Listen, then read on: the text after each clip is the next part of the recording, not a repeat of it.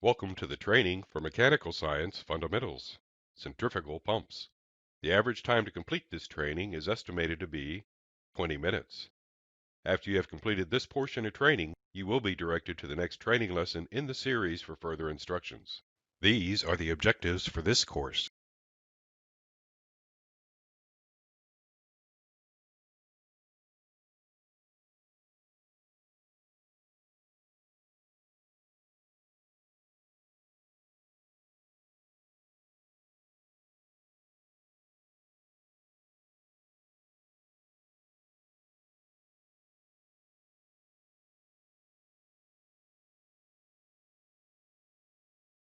Centrifugal pumps are the most common type of pump used in industry. The pump casing provides the pressure boundary for the pump and directs the suction and discharge flow. The rotating pump shaft is driven by a prime mover, generally an electric motor. The pump shaft transfers energy from the prime mover to the impeller. The impeller rotates at a high rate of speed to throw the liquid outward. The impeller accelerates the fluid to be pumped. The velocity of the fluid is then transformed into pressure. They impart rotary kinetic energy to the fluid they are pumping. A centrifugal pump has two main parts, a stationary pump casing and an impeller mounted on a rotating shaft. These are the various parts of a centrifugal pump. You will need to be able to identify each of these parts and describe the purpose they serve in the pump. As we go through and discuss the parts, you will be able to refer back to this picture to see where each part is located in the pump itself. Let's look at the various parts of a centrifugal pump. The pump casing provides the pressure boundary for the pump and directs the suction and discharge flow. The impeller rotates at a high rate of speed to throw the liquid outward. The impeller accelerates the fluid being pumped. The rotating pump shaft is driven by a prime mover, usually an electric motor. The pump shaft transfers energy from the prime mover to the impeller. The vanes of the rotating impeller impart a radial and rotary motion to the liquid, forcing it to the outer part of the pump casing called the volute.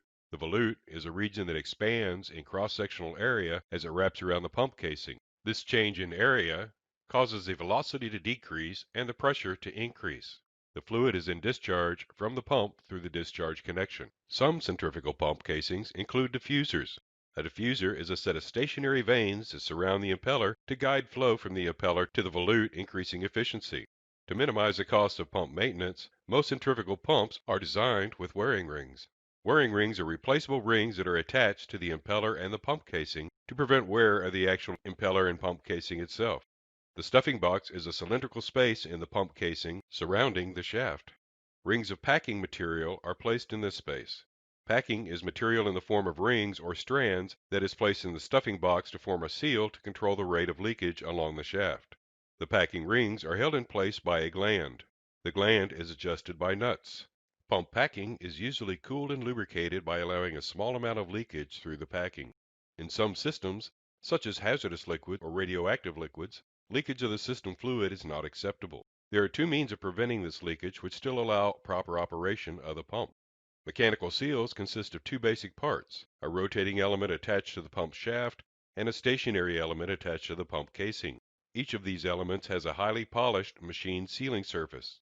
The polished faces of the rotating and stationary elements come into contact with each other to form a seal that prevents leakage along the shaft.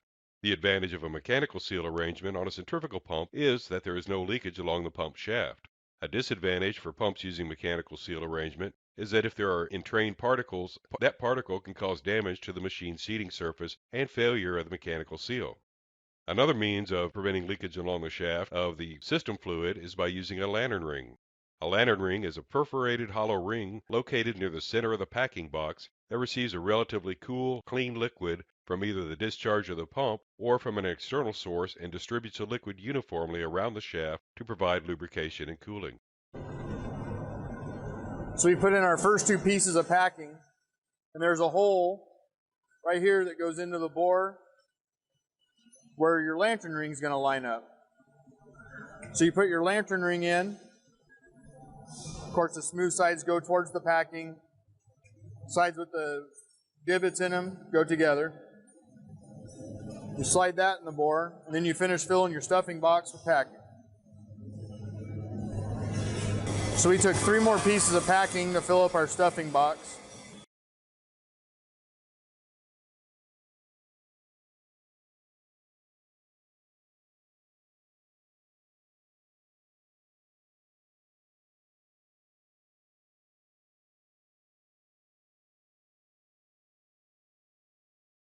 This drawing of a centrifugal pump shows the relative positions of the components we just discussed. You should be able to identify these components on a similar drawing if asked to do so. For flow in a centrifugal pump, fluid enters through the suction line in the low-pressure eye of the impeller. The rotating impeller slings the liquid outward, accelerating the liquid. The volute is a collection area with a larger cross-sectional area, causing a velocity decrease and pressure increase. The pressurized liquid is discharged through the discharge connection. A centrifugal pump with a single impeller can develop a maximum differential pressure of about 150 pounds per square inch differential between the suction and the discharge. One way to develop large pressure increases is to use several pumps in series. A more economical approach to developing high differential pressures is to put multiple impellers on a common shaft within a single pump casing. Internal channels in the pump casing route the discharge of one impeller to the suction of another impeller. This shows a diagram of the arrangement of the impellers of a four-stage pump. The water enters a pump from the top left and passes through each of the four impellers in series, going from left to right. The water goes from the volute surrounding one impeller to the suction of the next impeller. Each impeller and volute will cause a pressure increase from the previous set. A pump stage is defined as one impeller and its associated volute. Most centrifugal pumps are single-stage pumps containing only one impeller. A pump containing four impellers within a single casing would be referred to as a four-stage pump or, generally, as a multi-stage pump. Head is pressure equated to a column height of water in feet. Suction head is the pressure felt at the suction of a pump expressed in feet of head. In practice, we often find suction head expressed in psi. Discharge head is the measured discharge pressure of the pump. The total developed head, TDH, is the discharge pressure minus the suction pressure. This is a measure of the pressure increase across the pump from suction to discharge. This is also referred to as pump head. Additional head terms include saturation pressure, or Psat, is the pressure at which a liquid will boil for the temperature of the liquid. Net positive suction head, or NPSH, is a comparison of the suction pressure of the pump, the lowest pressure in the pump, versus the saturation pressure. If suction pressure is below Psat, the fluid entering the pump will start to boil and form vapor bubbles. The required net positive suction head is the minimum suction pressure required to prevent this boiling, called cavitation.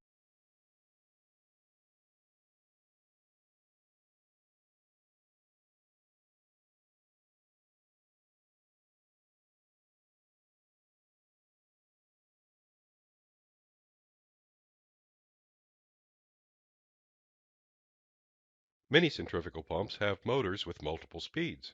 There are definite relationships between pump speed, flow, pump head, and power required to turn the pump. These relationships are commonly referred to as pump laws. The volumetric flow rate through a centrifugal pump is directly proportional to the pump speed. If pump speed doubles, then flow doubles. Pump head is directly proportional to the square of the change in pump speed.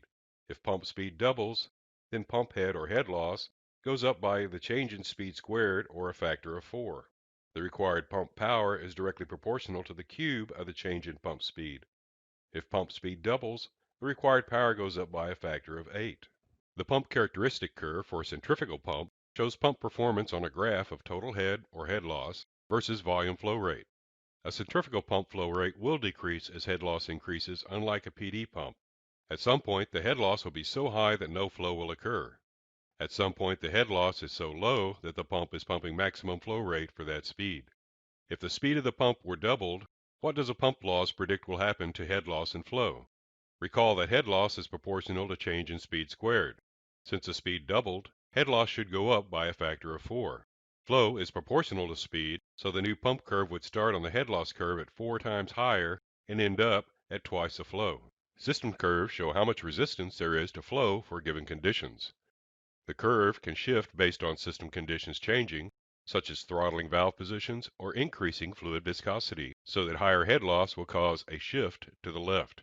If the fluid has a high viscosity, it is harder to pump. If it is harder to pump, the system has a higher resistance to flow. When a pump characteristic curve is plotted on the same graph as the system curve, their intersection is the operating point. The operating point identifies both the discharge head and the flow rate of the pump in that system.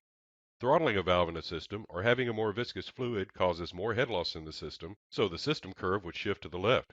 If you look at the resulting flow rate in the higher head loss system, you will notice that the flow is decreased as you would anticipate. Here we see a typical pump curve and system curve. If you wanted to increase flow in the system using the pump or pumps, there are two choices. One is to change the speed of the pump. The second would be to start a second pump in parallel. Parallel pump operation occurs when two or more pumps are discharging into the same discharge header. Since they are identical pumps with the same total developed head, the head developed won't change much. However, there are two pumps pumping separately, the flow rate should increase.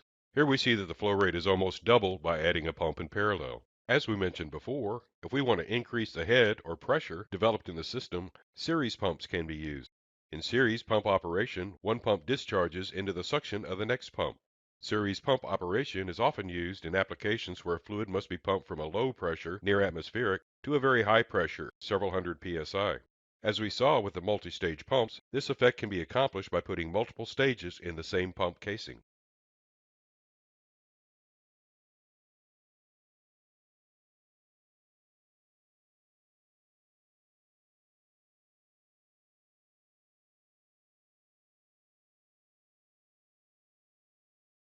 Shutoff head is the back pressure at which a pump will no longer cause fluid to move. Shutoff head is the maximum pressure a pump is capable of developing. It occurs most often when the discharge valve is shut. When a pump is pumping against minimum back pressure, the pump is in runout condition.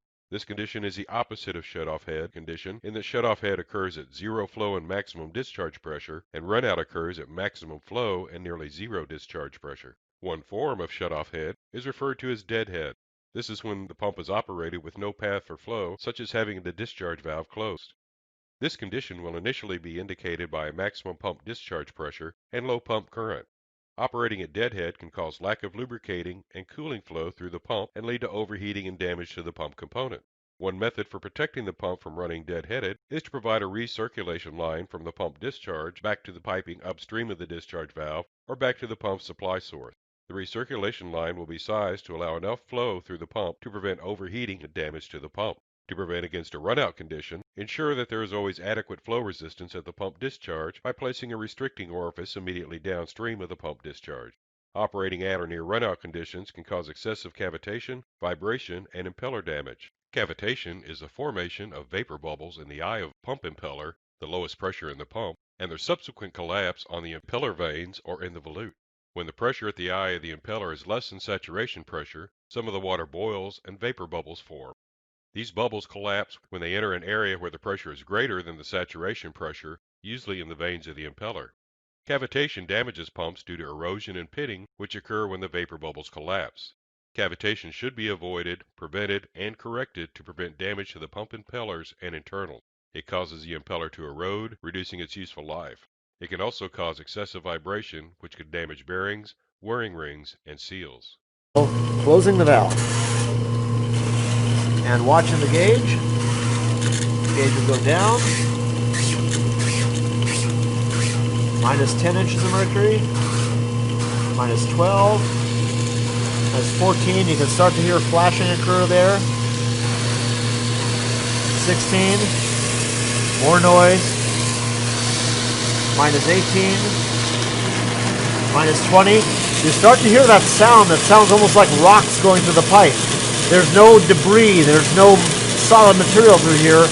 That solid sounding sound is really the collapsing of the vapor bubbles as they go back into liquid form. You can really hear it now.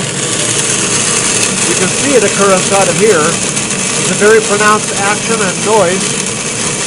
As the water goes through the valve, it reduces pressure going through the restricted valve. Its pressure drops below the vapor point of the water at this temperature.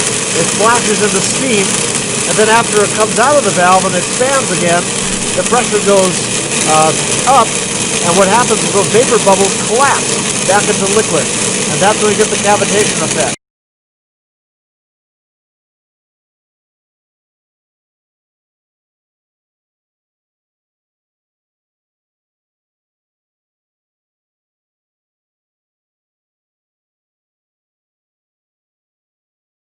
There are several methods of increasing the net positive suction head available or suction pressure.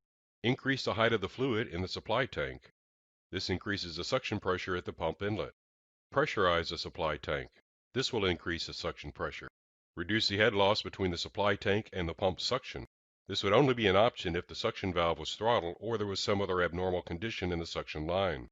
Throttle discharge flow rate to increase discharge pressure, thereby increasing suction pressure. Remember, TDH will remain constant. Reduce the temperature of the fluid being pumped.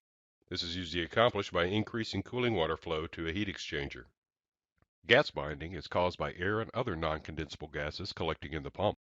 The most common source of non-condensable is air in leakage when the pump suction pressure is below atmospheric. Unlike the steam bubbles, these air bubbles do not collapse in the high pressure areas of the pump. These air pockets interfere with liquid flow and can result in no flow through the pump, loss of cooling and lubrication to the shaft and packing, and pump damage due to overheating. In contrast to the sound of cavitation, gas binding makes little noise. In worst cases, the noise level may actually decrease. The pump speed will increase and pump motor current will decrease. The discharge pressure will fluctuate or decrease, and the flow rate will fluctuate or decrease.